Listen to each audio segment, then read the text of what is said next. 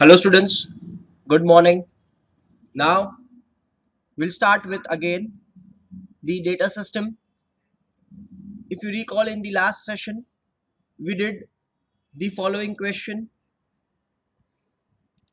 This question we did, but in this question we just covered the first part when the goods are shown at cost price. Now again, we will do the data system when the goods are shown at invoice price. So everything remaining the same, the accounts also will remain same, but only thing is now the goods will be shown instead of cost price at invoice price. So the entire accounting remains same except where the goods which were shown at cost price will now be recorded at invoice price. Now I have deliberately kept the same sum so that when you do the comparison between the two cost price and the invoice price system, you can easily understand, okay, everything remains the same, only there is a small change, and as a result of that the net profit is not changing, the net profit remains same. Only what is happening, which was at cost price, now you are recording at invoice price. That's the only small change that is appearing. Rest all the expense, incomes, everything remains same. Only the valuation of stock is going to change. That's the only difference. So when you revise the sum, first you do as per the cost price, and then you see as per the invoice price, and then you compare, you'll easily understand what the change is.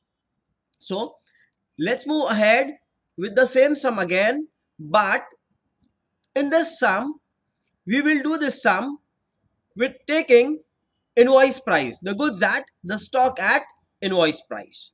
Now let's have a recapitulate. Let's have a look when the sum was done and the goods were shown at the cost price. So when the goods were shown at cost price, this is what you recorded. In the books of Raja and Company, you said Goa branch, the data system. You recorded to balance brought down. You recorded by balance carried down, the various assets. If you recall, in this method, you have to record the transactions between the HO and branch and HO and outsiders with respect to branch. These are the only transactions that you will record. The same sum we are doing.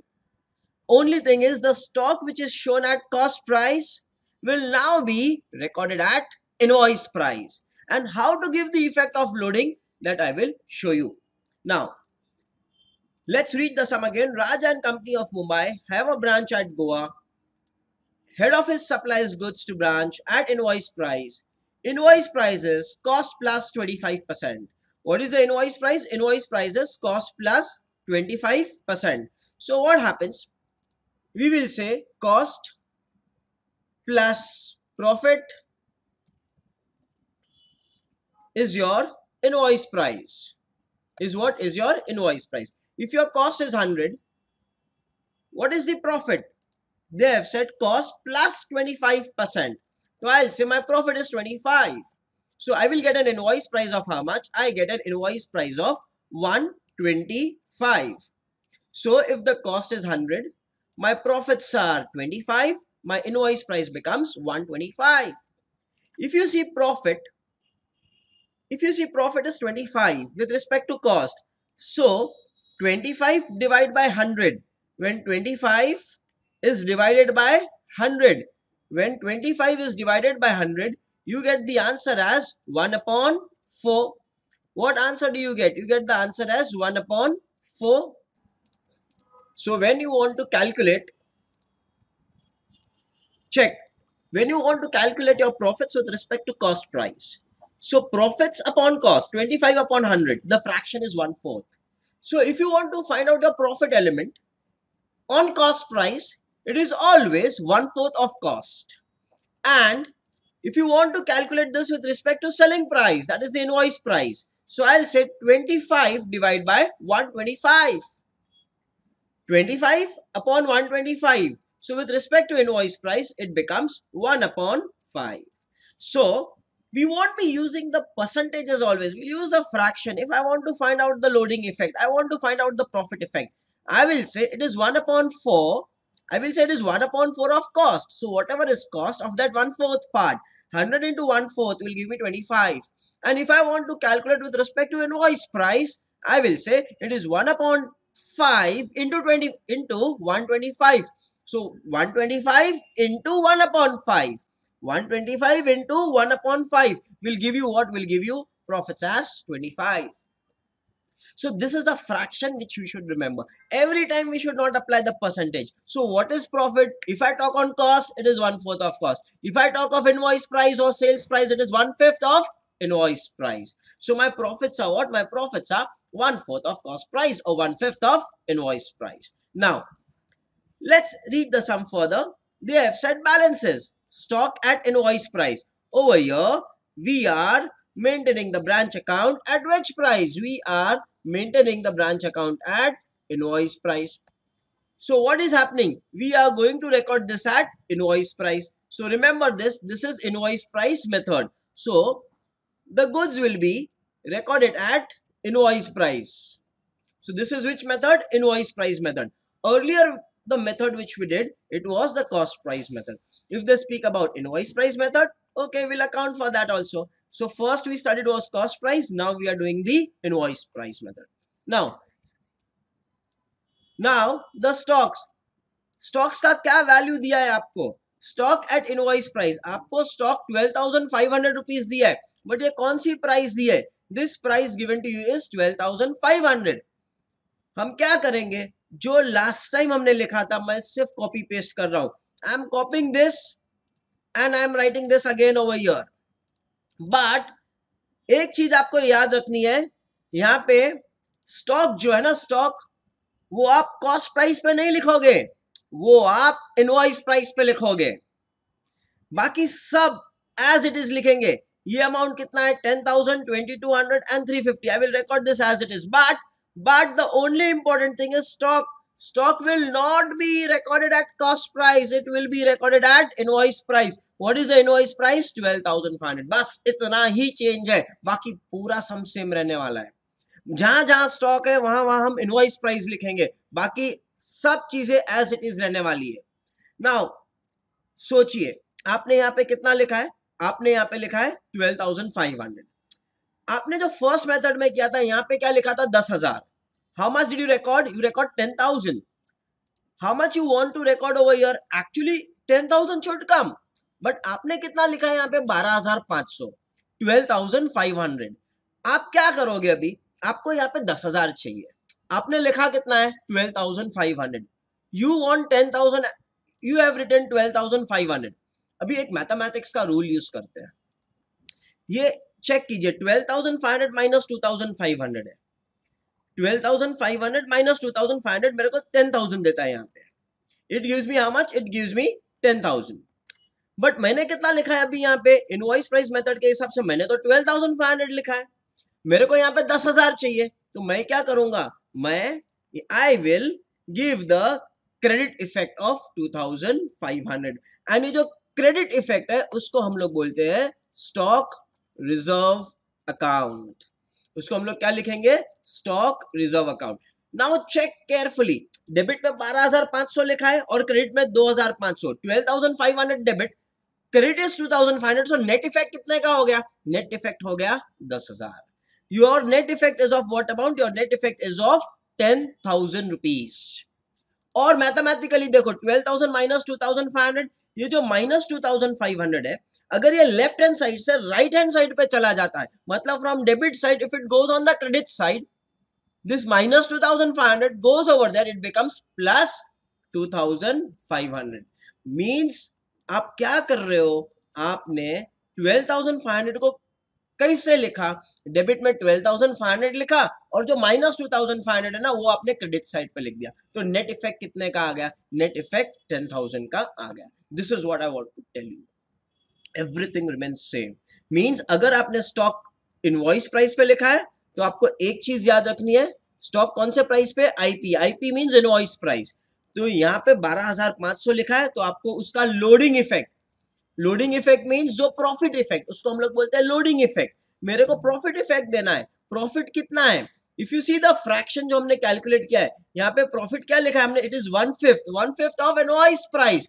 ये 12,500 क्या है, invoice price. तो 1/5 into 12,500, so you get 2,500।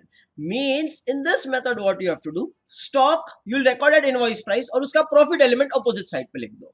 अगर यहाँ पे 12,500 लिखा है तो यहाँ पे आप 2,500 का इफेक्ट दे दोगे। This is what you have to do in invoice price method. Net effect, it should appear at cost price. That is important. Then after writing the opening balances, let's see the closing balances. Closing balances 7,500, 2,400 and 525। ये जो 7,500 है ना, वो कौन से price पे है, ये इनवॉइस प्राइस पे। Okay, will record as it is. मैं closing balance as it is लिख रहा हूं, एज इट इज मैं कॉपी करके लिख रहा हूं closing balances. I am not changing anything. जो यहाँ पे लास्ट टाइम किया था बस वही चीजें एज इट इज लिख रहा हूं। but you are following which method, invoice price method। so can you write stock at cost price? You cannot write stock at cost price, you will have to record stock at invoice price। what is the invoice price? Invoice price is 7500। if you have written your invoice price 7,500, तो आपको क्या करना है, आपको इसका profit element opposite side पे लिखना है। जैसे यहाँ पे आपने 12,500 लिखा, तो उसका ऑपोजिट साइड पे आपने क्या किया, स्टॉक रिजर्व दे दिया। तो सेम वे मैं यहाँ पे क्या करूंगा, मैं यहाँ पे स्टॉक रिजर्व का इफेक्ट दे दूंगा। यहाँ पे मैंने क्लोजिंग स्टॉक लिखा है तो इसका स्टॉक रिजर्व का इफेक्ट यहाँ पे आ जाएगा। What was the value of stock? The value of stock was 7,500। So 7,500 पे if I calculate the loading, it will be 1,500। Check कीजिए 7,500 minus 1,500. What is the net effect? The net effect is rupees 6,000। So what you will do, you will record the stock at invoice price, but you want to make this stock at cost price, so you immediately give the opposite effect, the loading effect। Did you understand? Check 7,500, 1,500। Credit side पे आपने लिखा है 7,500, debit side पे 1,500। 7,500 और 1,500, net effect क्या हो गया, 6,000।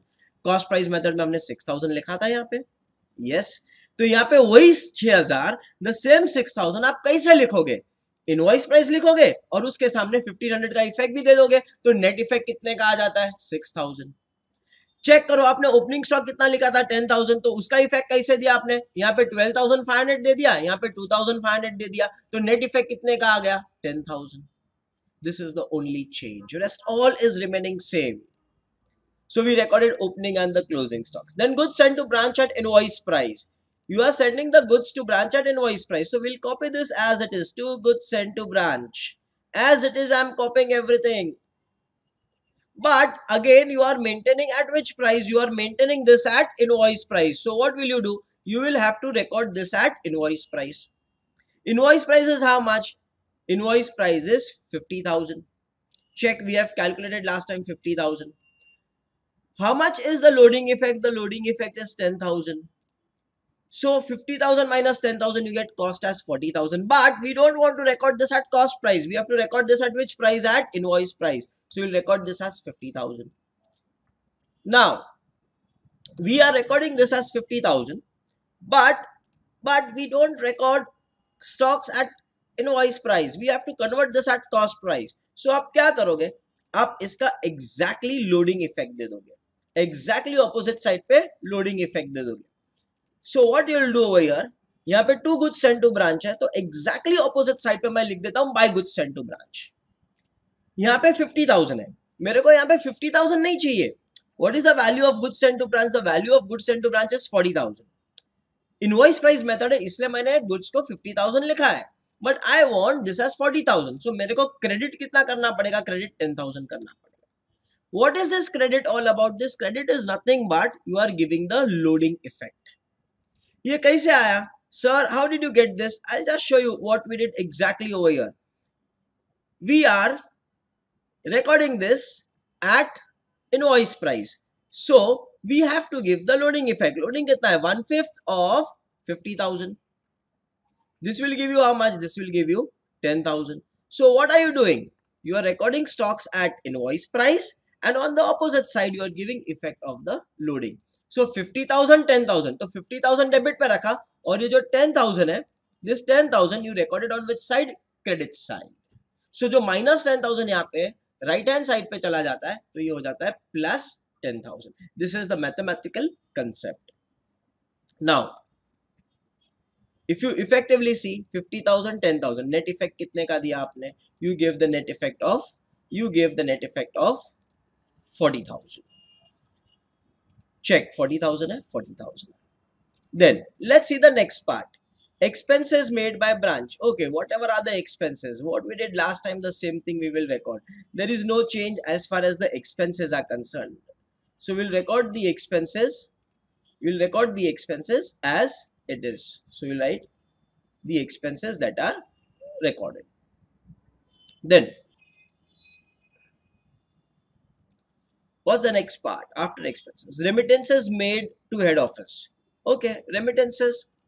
So we'll see the remittances. These were the remittances which were made. This will also appear as it is. In remittances, we don't have any reserves or something like that. So these remittances appear as it is. Then after that, then goods returned by branch at invoice price. At invoice price. Branch is returning the goods. Okay.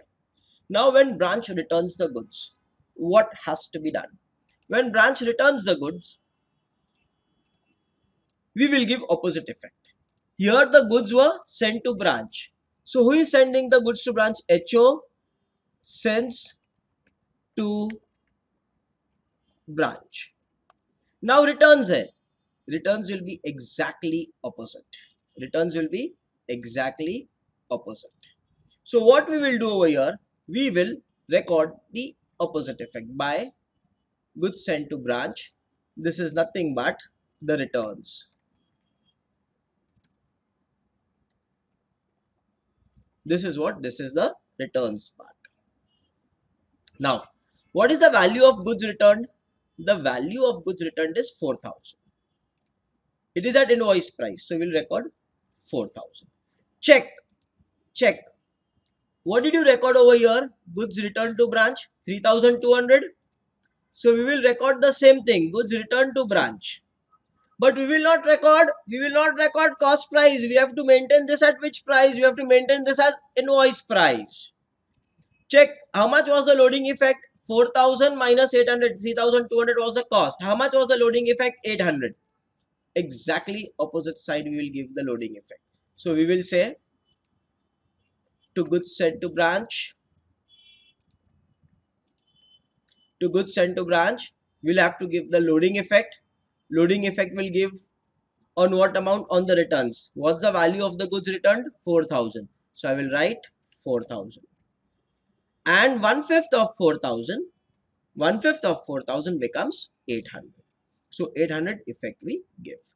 So remember one thing, students. Wherever stock is there, record at invoice price and give the effect of loading on the opposite side so that the value of the goods becomes net at cost price. So 4,000 here, 800 here. So net effect is how much? 3,200. Check. Net effect is over here 3,200. Then 50,000 over here, 10,000 over here. Net effect is how much? 40,000. So 40,000. So what you are doing? You are recording at invoice price and immediately on the opposite side give the effect of loading. And if the goods come over here, then the loading will come on the debit side. And if the goods are over here at 50,000 invoice price, the loading will come on the opposite side. This is the basic fundamental you will have to follow. Then after that, goods returned. Okay, done. Question is done. From the following, prepare so and so, so and so. Now let's total it up. When we total,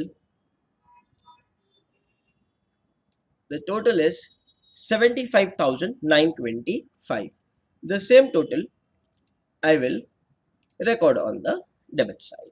And over here, I will get a difference. That is nothing but the net profits. Net profits, we can write this as it is. Net profits transferred to general P&L. How much is the net profits? Check. Under this method, how much was the net profits? 2775. Under this method also, I should get the profits as 2775. So from this total, you subtract this, you subtract this, you subtract this, you subtract this, you subtract this. check, your answer remains same, 2775. So whichever method you follow, your answer has to remain same. Your answer has to be 2775. So tell me, what was the difference? The only difference was you started recording stock at invoice price, and immediately on the opposite side you give effect of loading. So 12,500, 2,500, net effect 10,000. Over here it recorded 50,000, 10,000, net effect 40,000. Over here 4,800, net effect 3,200. Stock 7,500, so you created stock reserve. Now, I just want to tell you students, where generally you may make a mistake. Generally it is observed that students make mistake when there is a closing stock. They forget to write this. They forget to write the closing stock reserve. So I'm highlighting this. So whenever you record the closing stock, fixed in your mind, I have to give effect of stock reserve. So remember, on the closing stock, we'll have to give effect of stock reserve. So on the opening and the closing stocks, you use the word stock reserves. And for the transfers, for the goods sent to branch, for returns, we use the word goods sent to branch. Only for opening and closing stocks, we use the stock reserve. Students make a mistake. They forget to write the closing stock reserve on the closing stock. So this is how we are done with the first method, that is data system. When the stocks are at cost price and when the stocks are at invoice price. So when the goods are shown at cost price, when the goods are shown at invoice price, I've shown you the same sum under both the methods, so it becomes very easy for you to compare, to analyze. Now, any questions, students? Any questions? Because after this I'll be starting another system, that is stock and data system. So we will be covering only the explanation of stock and data system, and then after that the next session we will finish with the practical part of stock and data system. So for this method, for the data system, invoice price method, so we'll start with the stock and data system. Hello students, now we'll see another system that is called as stock and data system. This is also another system in branch accounting. The earlier system, the earlier method that you studied was, जो आपने पहले study किया, that method was your data system. वो method को हम क्या बोलते हैं? Data system. अब यहाँ पे जो हम करेंगे, ये method को हम बोलते हैं stock and data system. Now you will say, sir, why this is stock and data system? ये क्यों ये system भी follow करते हैं? Remember, think you are a businessman, आपका business है. अभी ये सिस्टम क्यों आई? Why this system is there? You should understand. Now think you are the businessman, you are the owner of a particular business. आप purchase करते हो, cell करते हो, you buy goods, you sell goods. Now tell me, think and tell me, what is the source of revenue generation for your business? आपके business को पैसा कहां से मिलता है? आपके बिजनेस को जो अमाउंट है, जो भी रुपीस है, वो कहां से मिलता है? आपके बिजनेस को सबसे पहले पैसा मिलता है गुड्स बेच के. You sell the goods and you receive cash, that is stock. Second, if you sell the goods on credit basis, उधारी पे आप बेच रहे हो, तो क्या होता है? तो जब आप किसी को क्रेडिट बेसिस पे गुड्स बेचते हो, तो वो आदमी से आपको पैसा लेना है. You have to collect money from that person.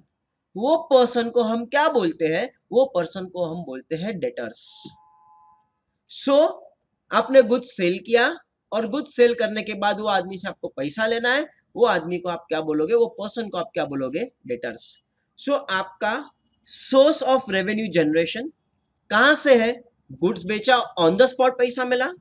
Goods sale किया कस्टमर को, कस्टमर थोड़े दिन के बाद आपको पैसा देगा. सो आपको रेवेन्यू जनरेशन दो जगह से हो रही है. On the spot cash collections from goods sold, and second, आपने कस्टमर को गुड्स सेल किया है, कस्टमर ने क्रेडिट पीरियड मांगा है, और आपको कुछ दिन के बाद पैसा आएगा. You will collect the money after few days. So these are the two areas from where the income, the money is generated.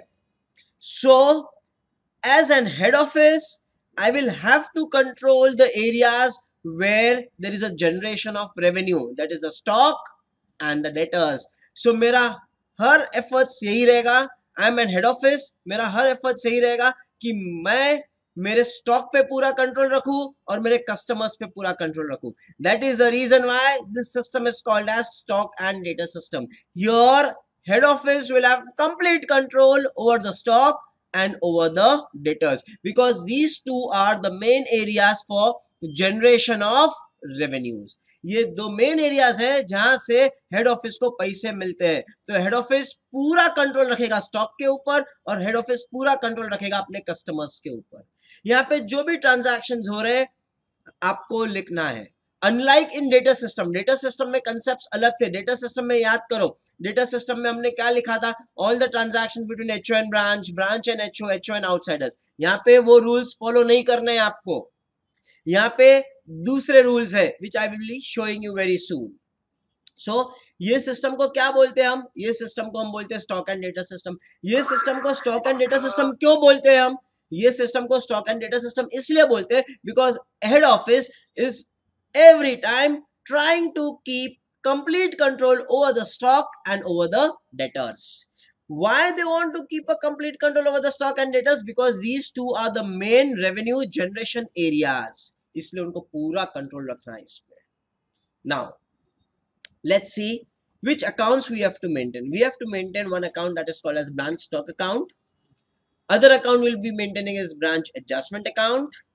Another account will maintain will be goods sent to branch, then branch debtors account, and branch profit and loss. These are the 5 accounts which we will generally prepare. I'll start my explanation with branch stock and branch adjustment. Branch stock में क्या क्या आता है वो आपसे discuss कर लूंगा.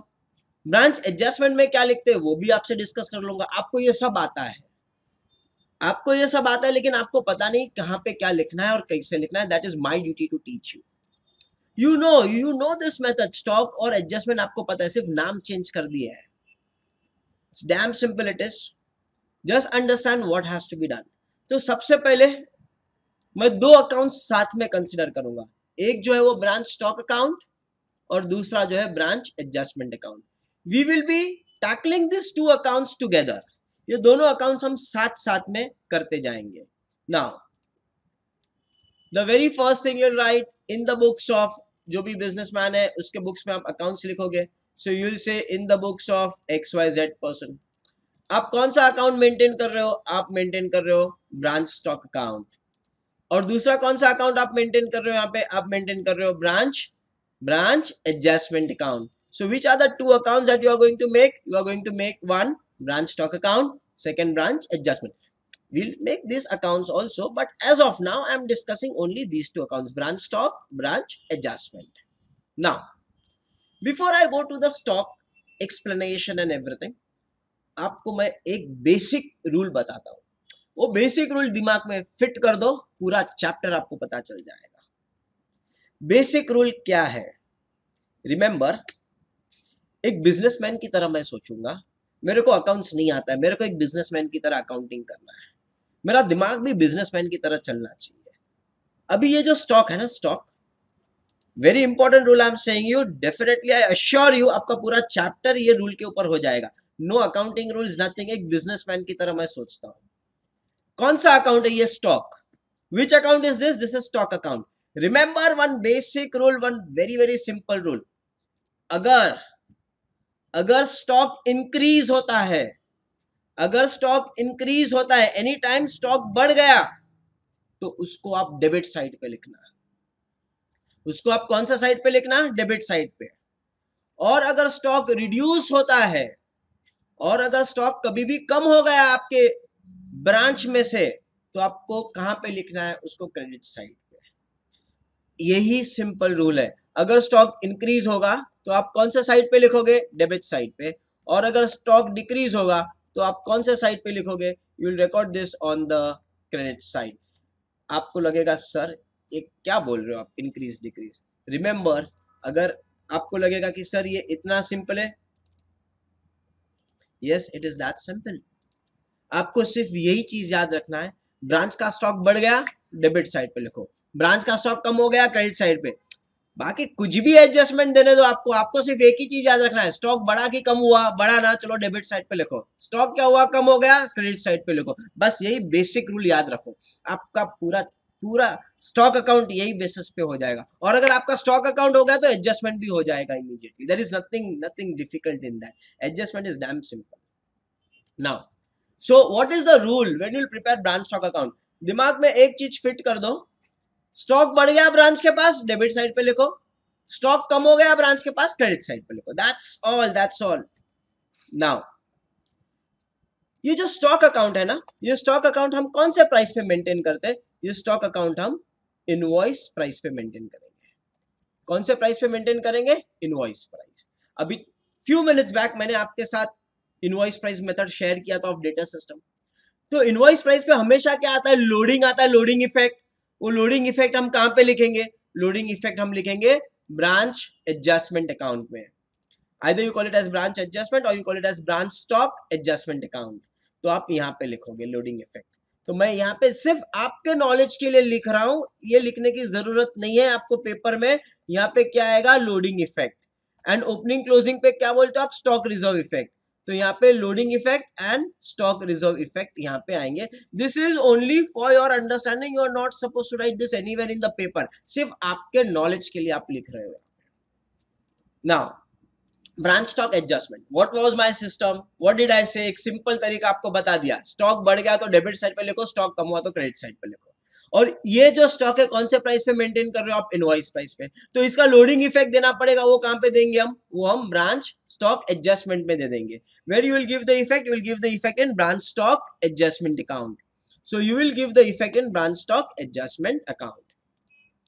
यहाँ पे कौन सा इफेक्ट आएगा? Loading effect and stock reserve effect. Loading effect and stock reserve effects. But एक चीज वापस बोलता हूं मैं आपको ये लिखने की जरूरत नहीं है लोडिंग एंड स्टॉक रिजर्व, ये सिर्फ मैंने आपके अंडरस्टैंडिंग के लिए लिखा है। यहाँ पे एग्जाम में या पेपर में कोई लिखने की जरूरत नहीं है आपको। Now let's start. First we'll do stock and stock adjustment account. Now opening balance of branch stock, opening balance, आप ओपनिंग बैलेंस स्टॉक का यहाँ पे लिखते हो। ये स्टॉक अकाउंट है और स्टॉक अकाउंट में जब आप ओपनिंग बैलेंस लिखोगे so you will write to balance brought down. क्या लिखोगे आप लिखोगे to balance, you will write to balance brought down. ये क्या है? आपका stock.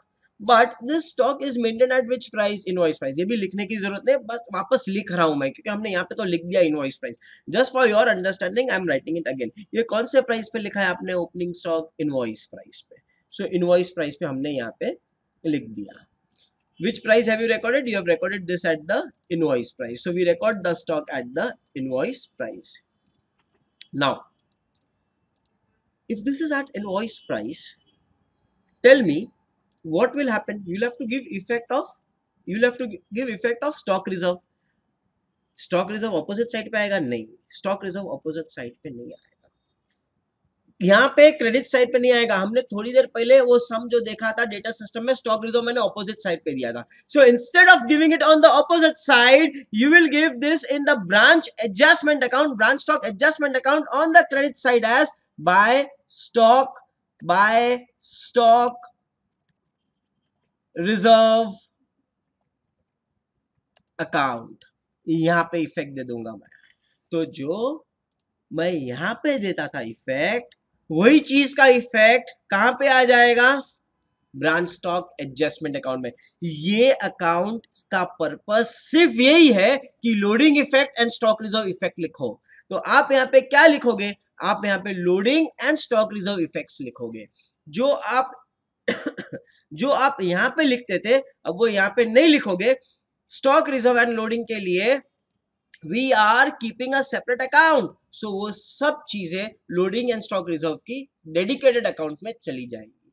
So instead of recording it in the stock account, the same you are giving effect in the stock adjustment account. बस यही फर्क है। नाउ ओपनिंग स्टॉक, समझो आप भूल गए सर ओपनिंग स्टॉक डेबिट में क्यों, फाइनल अकाउंट्स चैप्टर याद है, फाइनल अकाउंट्स चैप्टर में आप ओपनिंग स्टॉक कहां पे लिखते थे, the very first line trading account debit side opening stock लिखते थे, बस यहाँ पे लिख दो फर्स्ट लाइन पे टू बैलेंस ब्रॉट डाउन, यहाँ पे ओपनिंग स्टॉक नहीं लिखेंगे, टू बैलेंस ब्रॉट डाउन चाहिए तो यहाँ पे लिख दीजिए opening stock, that's all, but to opening stock नहीं लिखेंगे, स्टॉक अकाउंट में we can not write opening stock, we write to balance brought down. Now, what is the next thing? So we finished with opening balance of branch and opening balance पे हमने क्या कर दिया, opening stock reserve effect दे दिया. अब हम करेंगे closing balance of branch stock और उसके साथ करेंगे closing balance of branch stock का स्टॉक रिजर्व. अब बताइए मुझको, आपने ओपनिंग बैलेंस यहाँ पे लिखा तो क्लोजिंग बैलेंस में कहाँ पे लिखूंगा, closing balance I will record on the opposite side, यहाँ पे लिखूंगा by balance carried down, instead of opening word I am using the word closing, CLOS, closing stock. But ये कौन से प्राइस पे आपने मेंटेन किया है, invoice price, you are maintaining this at which price, you are maintaining this at invoice price, तो इसका stock reserve debit side पे देंगे, लेकिन ये अकाउंट में नहीं देंगे, हम कौन से अकाउंट में देंगे, हम ब्रांच स्टॉक एडजस्टमेंट अकाउंट में देंगे, यहाँ पे लिख देंगे स्टॉक रिजर्व. ये स्टॉक रिजर्व कौन से स्टॉक पे है, ये स्टॉक रिजर्व जो है वो क्लोजिंग स्टॉक पे है, और ये जो स्टॉक रिजर्व था वो कौन से स्टॉक पे था, ये था ओपनिंग स्टॉक पे. सो आप क्या कर रहे हो, आप रिजर्व का इफेक्ट दे रहे हो, कहां पे इफेक्ट दे रहे हो, स्टॉक अकाउंट में नहीं, स्टॉक अकाउंट के जगह आप ये लोडिंग का इफेक्ट, स्टॉक रिजर्व का इफेक्ट सेपरेट अकाउंट में दे रहे हो, वो अकाउंट को बोलते हैं stock adjustment. So instead of giving a credit effect over here, आपने ये क्रेडिट इफेक्ट दे दिया सेपरेट अकाउंट में, एंड क्लोजिंग स्टॉक पे स्टॉक रिजर्व का डेबिट साइड पे आना चाहिए इफेक्ट, तो इसका इफेक्ट आपने दे दिया ब्रांच स्टॉक एडजस्टमेंट के डेबिट साइड पे. Understood till here? After that, so we finished with opening balance of branch, closing balance of branch stock, we finished with the reserve component, stock reserve component. Now goods sent to branch. अभी आपको confusion है, sir goods sent to branch कहां पे आएगा.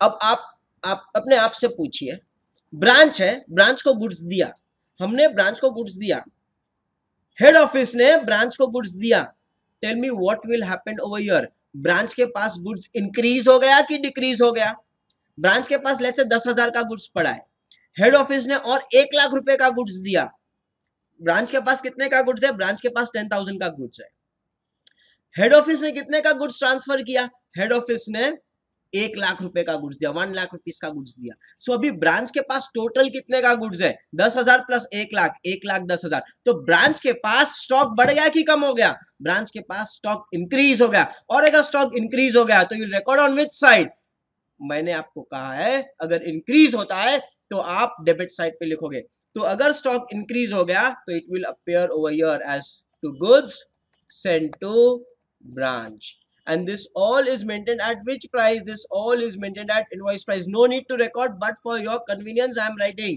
लिखने की कोई जरूरत नहीं है. now this is at invoice price, तो हमको क्या करना है, हमको लोडिंग इफेक्ट देना है, तो loading effect will record over here opposite side by goods sent to branch, हमको सेम वर्ड्स यूज करने हैं, लेकिन यहाँ पे हम क्या लिखेंगे, यहाँ पे हम लिखेंगे लोडिंग इफेक्ट. Understood this? जो हम यहाँ पे क्रेडिट साइड पे लिखते थे अब क्रेडिट साइड पे नहीं लिखेंगे और इसको हम एडजस्टमेंट के क्रेडिट साइड पे लिखेंगे loading effect. Check, goods sent to branch, sorry goods sent by HO to branch, और इसका loading effect goods sent by HO to branch, क्या किया मैंने, लोडिंग इफेक्ट. लोडिंग इफेक्ट कहां पे जाता है, adjustment account. Now goods returned by branch to HO, simple, जब ब्रांच ने गुड्स रिटर्न कर दिए, दिमाग लगाओ, ब्रांच ने गुड्स रिटर्न कर दिए तो ब्रांच के पास गुड्स बढ़ जाएंगे कि कम हो जाएंगे, ब्रांच के पास गुड्स कम हो गए. मैंने क्या कहा आपको, अगर डिक्रीज होगा तो कौन सा साइड पे लिखोगे आप, क्रेडिट साइड पे लिखोगे. तो जब गुड्स बढ़ जाता है तो डेबिट साइड पे, गुड्स कम हो जाता है तो क्रेडिट साइड पे. तो मैं यहाँ पे लिख दूंगा by goods sent to branch. What is this, at invoice price, but what is this, this is returns. ये क्या हो गया आपका, रिटर्न्स. किसने किसको रिटर्न किया goods? Branch returns to head office. Branch ने किसको रिटर्न कर दिया गुड्स? ब्रांच ने हेड ऑफिस को रिटर्न कर दिया गुड्स। यहां पे क्या था? यहां पे HO supplies goods to branch, और यहां पे क्या हो गया? रिटर्न हो गया। Exactly opposite side. चेक करो, यहां पे हमने डेबिट साइड पे लिखा है और यहां पे मैंने क्रेडिट साइड पे लिख दिया, एग्जैक्टली ऑपोजिट। अब इसका क्या आएगा आपको? This is that invoice price. तो what you will do, you will have to create the loading effect. यहां पे डेबिट साइड पे लिखता हूं मैं loading effect. Same thing I will record over here. तो यहाँ पे क्रेडिट साइड पे, तो यहाँ पे कौन से साइड पे लिख दिया आपने? डेबिट साइड पे। ये लोडिंग किसका है? ये लोडिंग किसके ऊपर है? This loading is on what? This loading is on returns component. Loading is on what? Is on returns.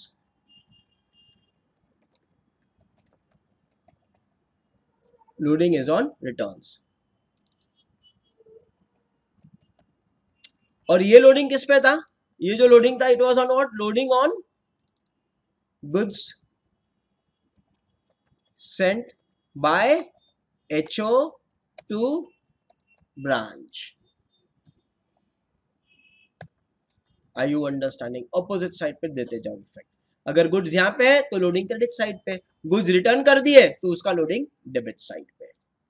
Check कीजिए, goods send by HO to branch, goods return, goods send by HO to branch loading effect, goods return by HO to branch loading effect. Now sales made by branch to debtors at credit, sales made by branch debtors to branch. Now what is happening over here? Over here the goods are sold. Now sales are made by branch to customers.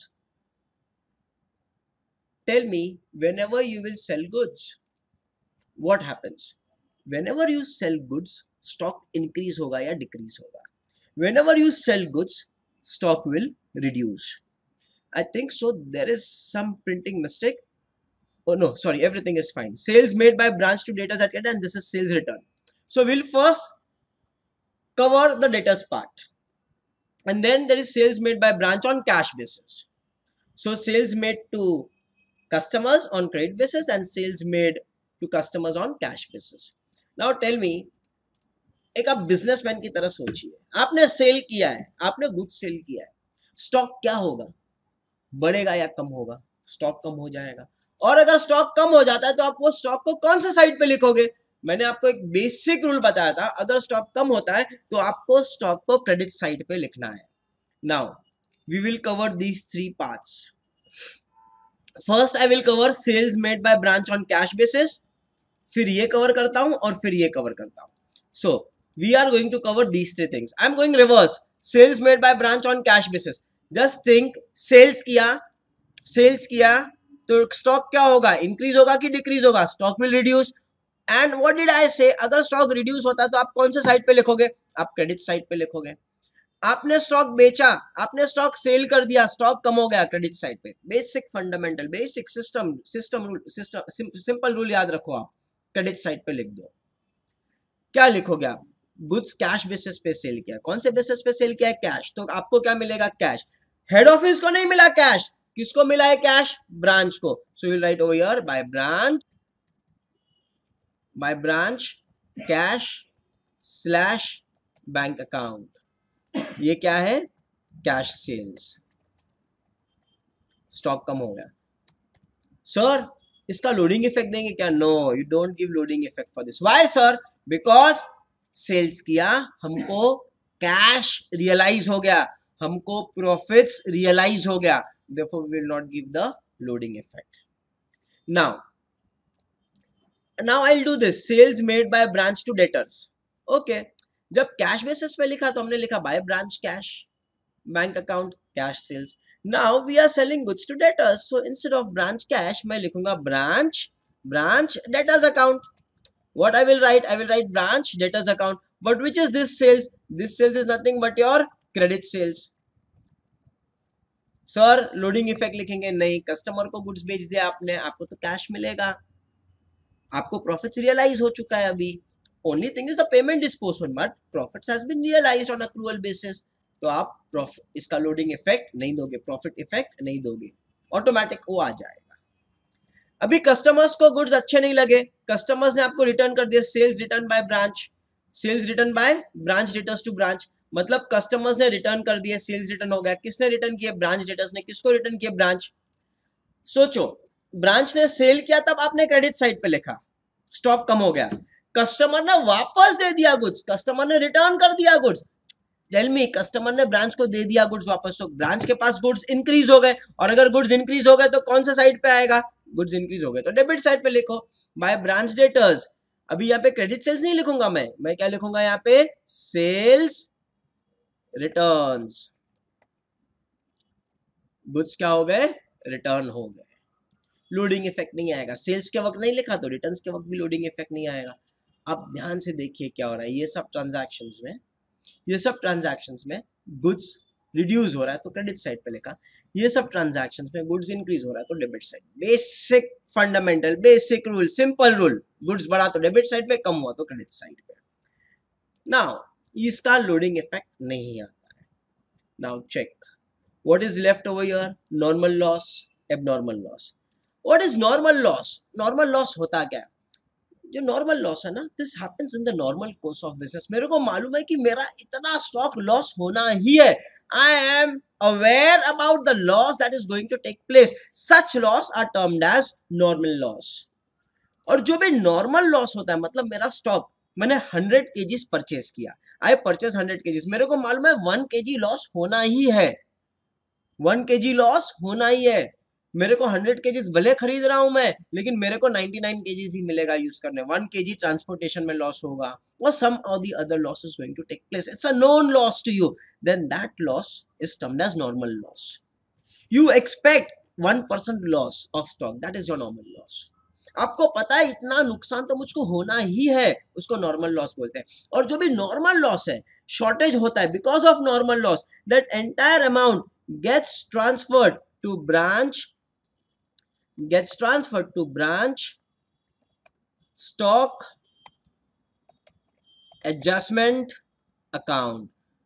Branch stock adjustment account में आप आपका पूरा normal loss का amount transfer कर देते हो. सो अगर आपको नॉर्मल लॉस होता है तो remember one thing, normal loss का फुल अमाउंट कहां पे लिखोगे आप? ब्रांच स्टॉक एडजस्टमेंट में. तो इसका सेकेंड इफेक्ट कहां पे जाएगा? इसका सेकेंड इफेक्ट जाएगा यहाँ पे. यहाँ पे हम क्या लिखेंगे? What will you write over here? You will write over here to branch stock account. What is this? This is nothing but your normal loss. तो आपने ब्रांच स्टॉक एडजस्टमेंट अकाउंट में सेकेंड इफेक्ट दे दिया normal loss का. तो one effect over here, one effect over here. To every debit there is a corresponding credit. Sir normal loss credit side पे क्यों लिखा आपने? लॉस हुआ ना, स्टॉक इंक्रीज हुआ कि डिक्रीज हुआ? बताओ मेरे को. लॉस हुआ, आपके पास 100 केजीज था, 1 केजी कम हो गया, स्टॉक बढ़ा कि कम हुआ? कम हुआ ना. मैंने क्या रूल बोला था आपको? Thumb rule. डिक्रीज हुआ तो कौन सा साइड पे लिखोगे? क्रेडिट साइड पे. बट सर हमने तो पढ़ा है debit expenses and losses. Correct, आपने बराबर पढ़ा है debit expenses and losses, but that will go in PNL account, stock account में नहीं आएगा. Stock is a real account. वो रूल अप्लाई होता है कहां पे होता है? नॉमिनल अकाउंट रूल है. वो कहां पे अप्लाई होगा? प्रॉफिट्स पे. तो यहाँ पे मैंने डेबिट साइड पे लिखा है debit expenses and losses. And to every debit there is a credit. यहाँ पे मैंने क्रेडिट इफेक्ट दिया है, इसलिए लॉस यहाँ पे आ गया. Are you understanding?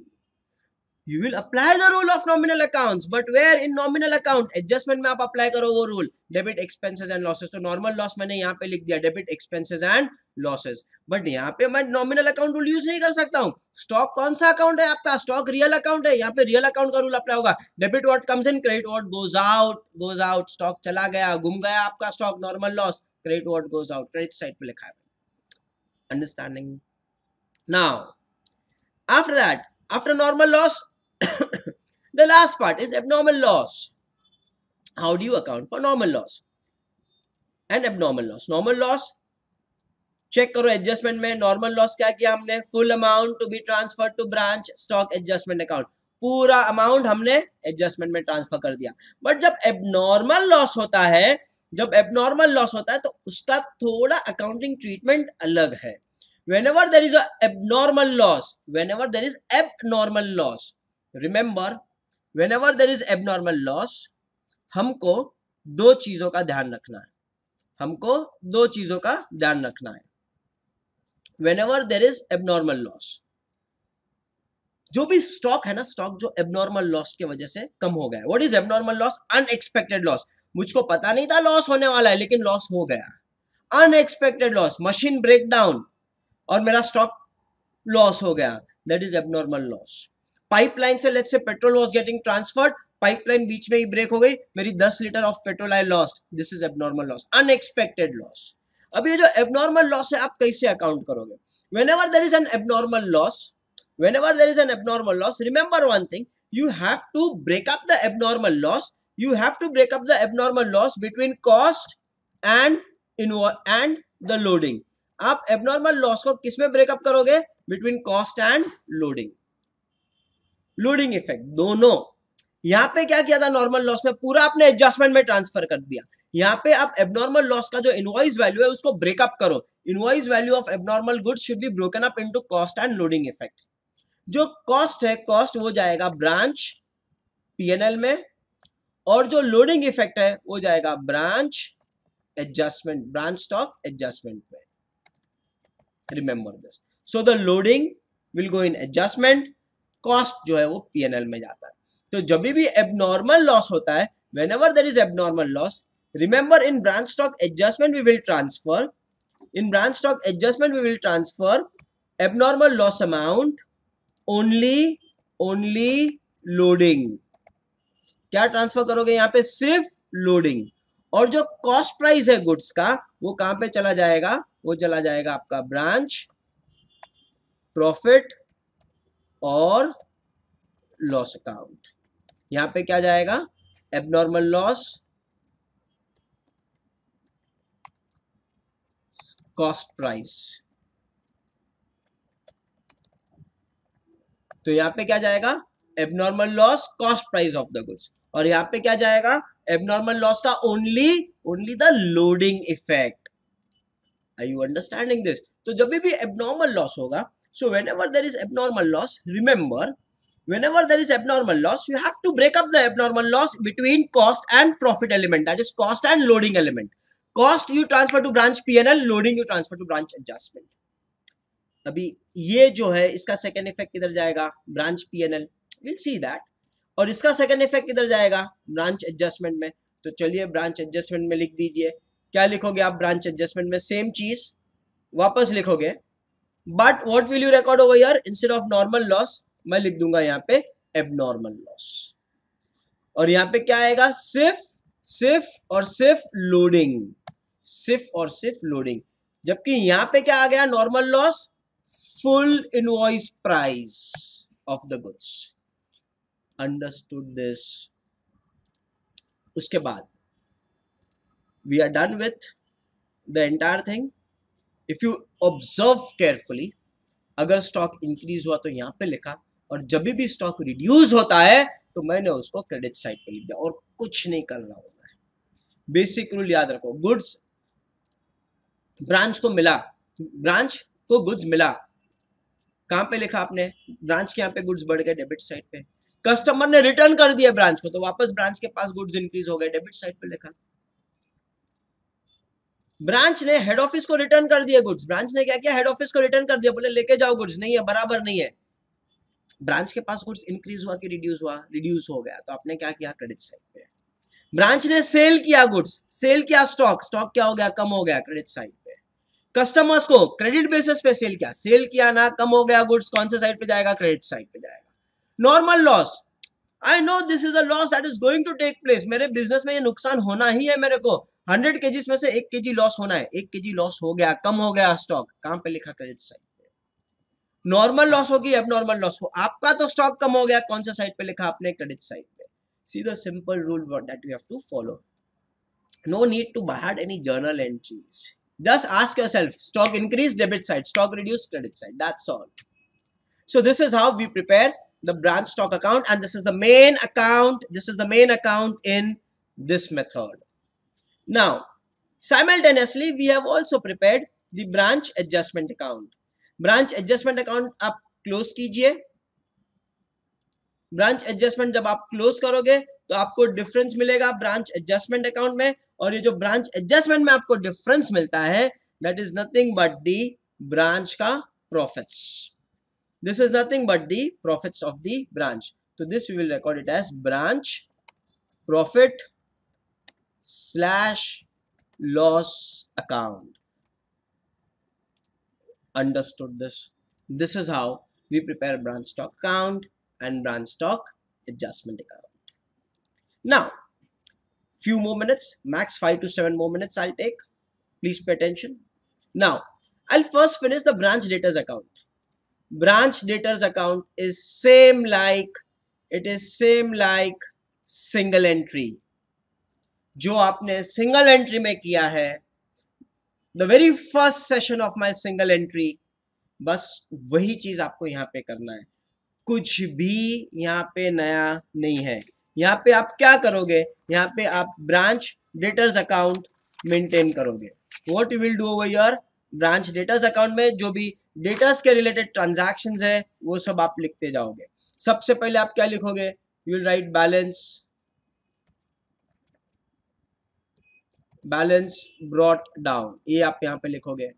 फिर याद करो हमने स्टॉक अकाउंट में यहाँ पे क्या लिखा था, branch debtors. To every debit there is a credit. यहाँ पे क्रेडिट इफेक्ट दिया तो ब्रांच डेटर्स में हम क्या करेंगे, ब्रांच डेटर्स में डेबिट इफेक्ट देंगे. यहाँ पे लिखूंगा ब्रांच स्टॉक अकाउंट. सो यहाँ पे डेबिट इफेक्ट आ गया और ब्रांच स्टॉक में क्रेडिट इफेक्ट आ गया. फिर यहाँ पे देखो रिटर्न्स हुए थे गुड्स, तो यहाँ पे डेटर्स के ऑपोजिट साइड पे लिख दूंगा. What I will write returns branch stock returns. ये क्या था आपका, ये आपका डेटर्स को क्या था, सेल्स था. सेल्स यहां पे लिखा, सेल्स रिटर्न यहां पे लिख दिया. अब समझो कस्टमर ने पैसे दिए आपको, तो you write by cash slash cheque दिया तो बैंक अकाउंट. आपने कस्टमर को डिस्काउंट दे दिया तो आप क्या लिखोगे, बाय डिस्काउंट अकाउंट. बट ये किसका डिस्काउंट है, ब्रांच का, तो आगे लिख देना सिर्फ प्रीफिक्स बाय ब्रांच डिस्काउंट. यहां पे आप लिख दोगे prefix by branch cash. Suppose bill होगा तो by branch bills receivable, bad debts होगा तो by branch bad debts, and at the end you write what, at the end you write by balance carried down. So whatever we did in single entry chapter, ये सब चीजें as it is आएंगी. यहाँ पे bad debts का तो bad debts भी लिख देना. चलिए बेड डेप्स भी लिख देते हैं हम, by branch bad debts. So whatever is related to the branch we will record it over here. और ये सब यहाँ से कहाँ पे जाएगा, ये सब यहाँ से ब्रांच के P&L में ट्रांसफर हो जाता है. This all gets transfer to the branch P&L account. So this is how you maintain the debtors account, same as single entry, just keep a prefix branch everywhere.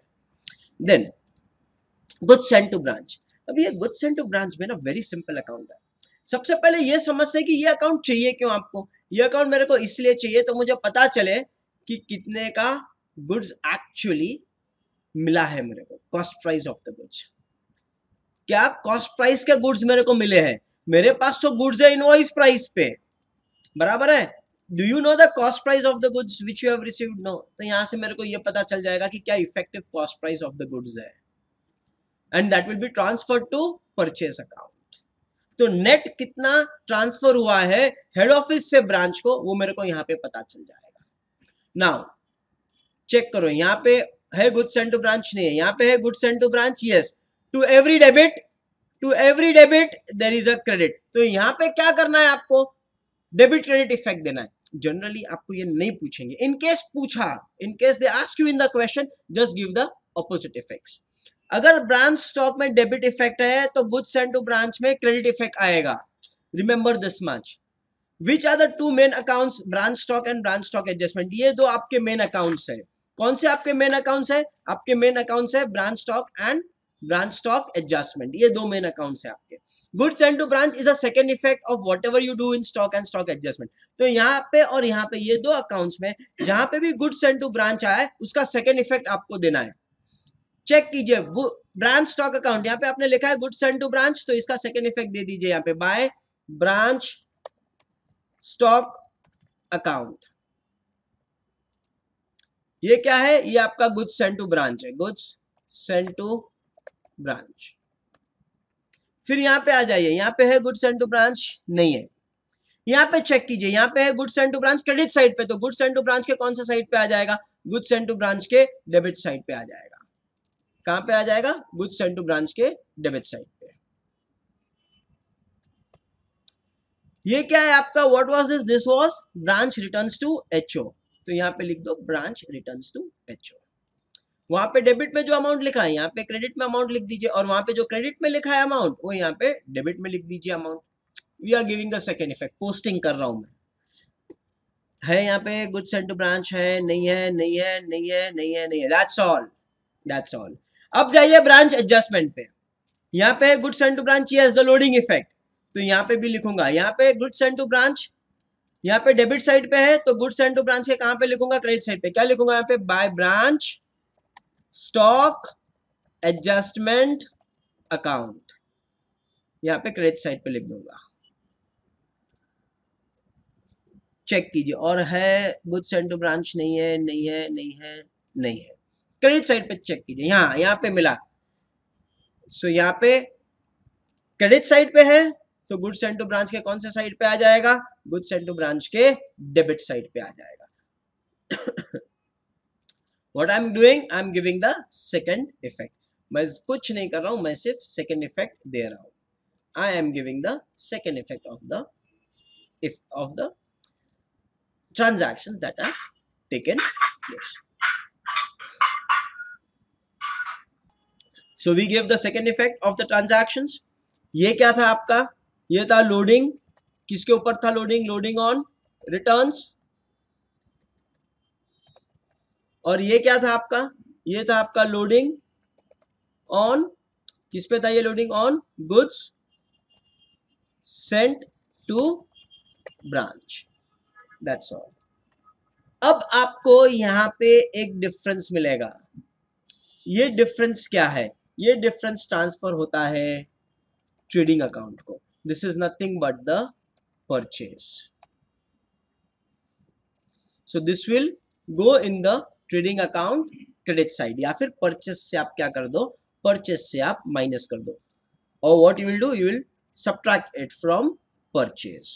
Either you take it on the trading account credit side by goods sent to branch, और purchase में से आप minus कर दो, purchase से minus करो, या फिर ट्रेडिंग के क्रेडिट में लेना, one and the same. If you are following trading account, right trading account, you want to adjust with purchase, सब you want to subtract with purchase, तो परचेस अकाउंट लिखिए। Both answers are correct, whatever you are comfortable with. अगर trading account लिखते हो तो trading account के credit side पे लिखना आप by goods sent to branch, और अगर आपने परचेस से एडजस्टमेंट करने का सोचा है तो आप क्या कीजिए? टू परचेस लिखते हैं, less purchase return final accounts में, वहां पे लिख दीजिए minus goods sent to branch. तो हमको यहाँ पे एग्जैक्टली पता चल जाता है कि what amount goods are supplied to branch, और ब्रांच को इफेक्टिवली कितने के गुड्स मिले, what is the effective value of the goods branch has received. So branch stock कर लिया हमने, ब्रांच स्टॉक एडजस्टमेंट कर लिया, गुड्स सेंट टू ब्रांच कर लिया, ब्रांच डेटर्स कर लिया, और finally branch PNL. 2 more minutes I'll take। Check कीजिए यहाँ पे कहां पे भी ब्रांच पीएनएल आया है, यस यस यहाँ पे आया है ब्रांच पीएनएल। यहाँ पे क्रेडिट साइड पे है तो ब्रांच पीएनएल के कौन से साइड पे रहेगा? ब्रांच पीएनएल के डेबिट साइड पे रहेगा। What will you write over here? यहाँ पे आपने लिखा है एबनॉर्मल लॉस, तो यहाँ पे भी आपको एबनॉर्मल लॉस का इफेक्ट देना पड़ेगा। Branch PNL, branch PNL, tell me आप क्या करोगे ब्रांच पीएनएल में? अब ब्रांच पीएनएल में एक्सपेंसेस है, एबनॉर्मल लॉस है, ये सबका इफेक्ट दे दोगे। अच्छा, goods sent to branch, what I have written, it's nothing but the second effect of the above transactions will be recorded. The difference in the goods sent to branch is nothing but goods transferred by HO to branch at cost price. आप ये पढ़ लोगे, आपको अभी immediately revise करोगे घर पे, आज ही जाके रिवाइज करना, you will get everything very fast. Branch data is same like what we did in the single entry chapter. Now branch profit and loss account. जो भी expenses है वो सब लिखेंगे, जो भी profit loss हुआ है वो सब लिखेंगे, and we'll close the branch P&L. So let's see. यहाँ पे हमको मिला था abnormal loss, तो ये abnormal loss हम यहाँ पे लिख देंगे, यहाँ पे लिखेंगे to branch stock adjustment account. What is this? This is nothing but the cost of abnormal goods. So for your reference, you write this cost of abnormal goods. Then यहाँ पे देखिए, यहाँ पे कुछ था, yes this goes in branch P&L. तो branch P&L में क्या मिला आपको? branch stock adjustment. Now अभी आप पूछोगे सर ये क्या है? What is this? This is nothing but the profits, the gross profits which is made at the branch by buying and selling the goods. Means they don't buy but they get the goods from the head office. So head office से जो goods आए और जो goods हमने sell किए, in this trading activity कितना profits मिला, ये हमको branch stock adjustment से मिलता है. So what is the object of branch stock adjustment? The object of branch stock adjustment is to find out the trading profits. आप final accounts की भाषा में बोलते हो gross profits और trading profits. This is nothing but the trading profits or the gross profits. So now if you ask me, sir हमने branch stock adjustment क्यों बनाया? हमने branch stock adjustment इसलिए बनाया कि हमको हमारा profits मिले. कौन सा profits? Gross profits. Gross profits means the profits from buying and selling activities. यहाँ पे buy नहीं हो रहा है, यहाँ पे branch को head office से goods supply हो रहा है. So from this buying and selling, whatever profits branch is making, that is nothing but branch profit and loss over here. And this you get from where? This you get from branch stock adjustment account. तो यहाँ पे आ गया. और याद करो gross profits आप कहाँ पे लिखते हो? ग्रॉस प्रॉफिट्स आप P&L के क्रेडिट साइड पे लिखते हो. तो यहाँ पे P&L के जगह मैं कौन सा वर्ड यूज कर रहा हूँ? यहाँ पे P&L के जगह मैं यूज कर रहा हूँ वर्ड ब्रांच प्रॉफिट और लॉस अकाउंट. आप लिखते हो ग्रॉस प्रॉफिट्स, तो यहाँ पे ग्रॉस प्रॉफिट्स नहीं लिखूंगा मैं. मेरे को प्रॉफिट्स कहाँ से मिला? मेरे को प्रॉफिट्स मिला ब्रांच स्टॉक एडजस्टमेंट अकाउंट से. तो I will write branch stock adjustment account. But this is nothing but your gross profits in simple language. I am saying नाम चेंज कर दिया है, सिस्टम वही है, कंसेप्ट वही है. उसके बाद और कुछ है यहाँ पे चेक कीजिए. No no no, nothing goes in branch P&L. Goods sent to branch, nothing goes in branch P&L. Branch debtors check कीजिए, ये ब्रांच डिस्काउंट है, ब्रांच के बेड डेप्स है, ये सब कहाँ पे आएंगे? सब आएंगे branch P&L. So will write branch bad debts. फिर आप लिख सकते हो ब्रांच ने जो भी डिस्काउंट दी है, ब्रांच डिस्काउंट. उसके अलावा ब्रांच के जो भी एक्सपेंसेस होंगे, let's say head office is paying for the branch. Head office ने कुछ एक्सपेंसेस इनकर किए ब्रांच के लिए, कुछ कैश दिया है, so to cash bank the expenses whichever expenses are there, printing, stationery, postage, telegram, जो भी एक्सपेंसेस रहेंगे वो सब यहाँ पे आएगा. So and then what you will do finally after accounting for all the expenses, हम क्या करेंगे? हम हमारा ये account we will close our account. These are what? These are the expenses of branch. And now what we will do? We will close our account. जब हम account close करते हैं यहाँ पे तो हमको profits मिलता है. और ये profits कहाँ पे जाएंगे? ये profits जाते हैं general. This profits goes in general profit or loss account. Where this profits goes? This profits goes in general profit or loss account. So head office क्या करेगा? Head office जितने भी branches हैं, सब branch के profits एक general P&L में transfer करेगा.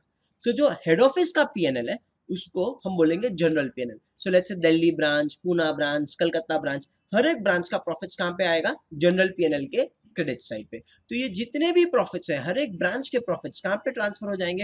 हर एक ब्रांच के प्रॉफिट्स ट्रांसफर हो जाएंगे जनरल P&L. यहाँ पे डेबिट साइड पे है तो जनरल P&L के क्रेडिट साइड पे, but we are not suppose to prepare that.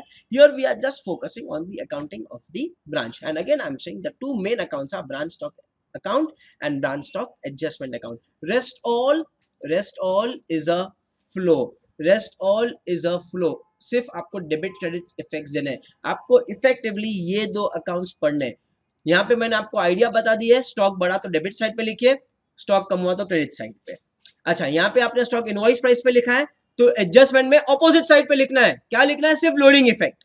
और अगर आपने स्टॉक यहाँ पे लिखा है इनवॉइस प्राइस पे, तो आपको ऑपोजिट साइड पे क्या देना है? Loading effect. कौन से अकाउंट में? Branch stock adjustment.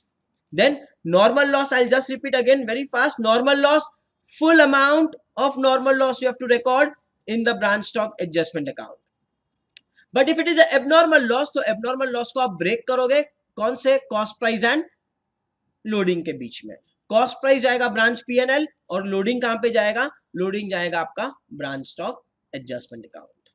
Please revise this format very thoroughly today. My next session will be there, so I presume that before the next session you come thoroughly with thorough preparations of this explanation. Next session अगर आपने अच्छी तरह से revise कर लिया, next session आपको fill in the blanks रहेगा. मैं ये फॉर्मेट एज इट इज ही रखूंगा, सिर्फ मैं फिल इन द ब्लैंक्स करते जाऊंगा. It will be only fill in the blanks. This is an exhaustive thing which I have given you. Please revise this, it will be of great help.